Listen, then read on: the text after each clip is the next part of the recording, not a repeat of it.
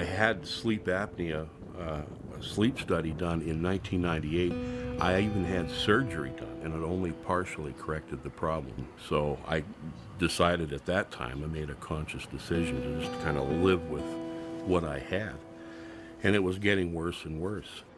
But what really firmed up my mind as to getting it dealt with was the court case in Kansas back in 2000, I think it was 7, where a commercial truck driver was convicted of vehicular homicide. And I have to say that I had 1 or 2 near misses over the course of the last 4 or 5 years driving. I have to say that. He had been tested and diagnosed with sleep apnea prior to the accident. That got my attention. I need to get this addressed. It was that important to me.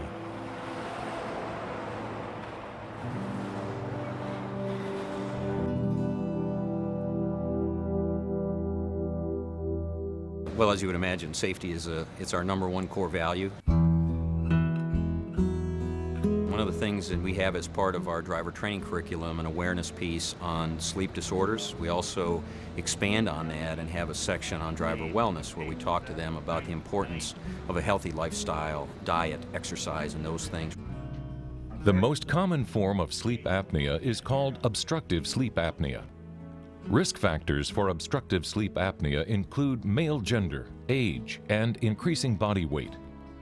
Associated conditions can include non-insulin dependent diabetes, high blood pressure, and a family history of sleep apnea. People with neck sizes greater than 17.5 inches are also at risk for this condition.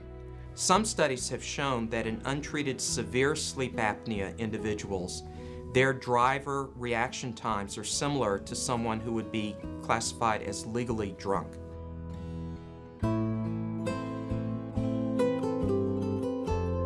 In individuals with sleep apnea, they are literally stopping breathing or nearly stopping breathing many times per hour, every hour that they're asleep.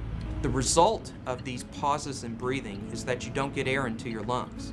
And when you don't get air into your lungs, you don't get oxygen into the blood. He would come home just exhausted, more so than what I thought was normal. Also, some definite red flags were when we were taking a road trip back in fall of 2006, and I noticed him dozing off at the wheel, which was a concern to me, and my children noticed it as well. I told him, I said, I won't take any more road trips with you until you get this problem addressed. You're dealing with fatigue every waking moment that you're up. And I had to really consciously think about how I planned my day out, because everything was rationed because of the energy level. But I was always eating because I needed that infusion of energy, you know, to keep going and whatnot, to force myself to keep going.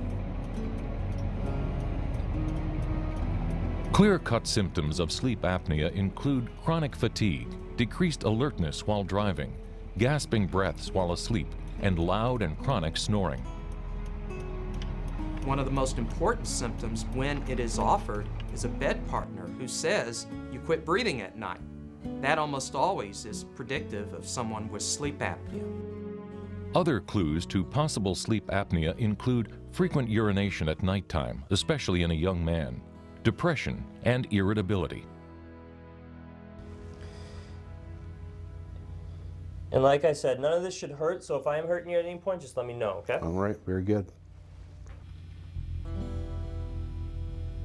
You show up, you talk with the technician explains what's going to take place over the next 8 or 10 hours. They do it in a comfortable bedroom environment. It's nothing clinical about it. So it takes about maybe 20 minutes to be all wired up. You have a wiring harness, and they just say, well, here, we're going to shut the lights off. You want to watch TV for a bit until you get tired, and then go to sleep.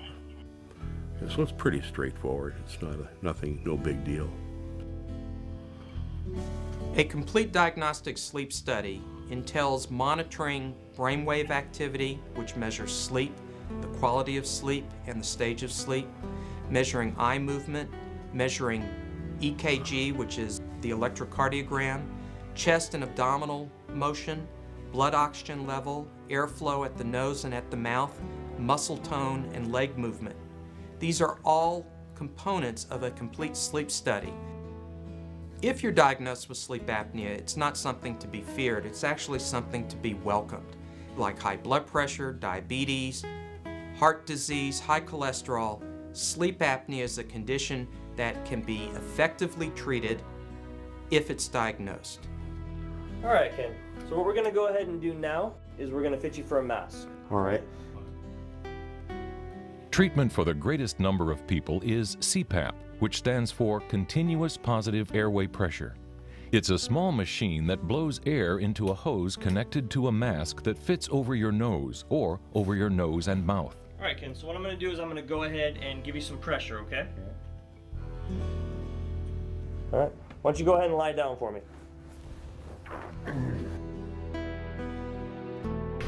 It's going to be a few hours, and I'm going to be driving tonight a little bit, so I think I'm going to have a nap. Take advantage of this time, this downtime. That breathing machine, you know, the mask, putting the mask on, that's no different than a pair of eyeglasses, orthopedic footwear, a knee brace. You know, these are all things that we use, people use in their day-to-day lives to make their lives easier and better. I mean, the breathing mask, for me to have it on at night is no different. I mean, it's that easy. I either accept that, because that's my ticket to a good night's sleep. So, you know, I'm not going to argue with that. You know, you just can't do this stuff overnight. I mean, there's no magic wand that you can wave. I mean, it's with anything in life. It takes commitment and time and just effort to want to improve yourself, to become better, and to feel better, to be better. If you have sleep apnea, you have it whether you're a commercial driver or not.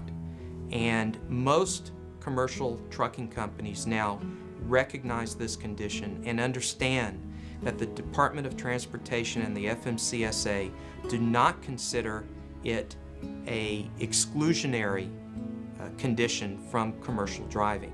If you have sleep apnea for personal reasons and for safety reasons, you ought to have it treated. Waiting is not going to fix it. It's not this bad haircut approach that time is going to solve it. It will not solve itself unless you take the time to get it done.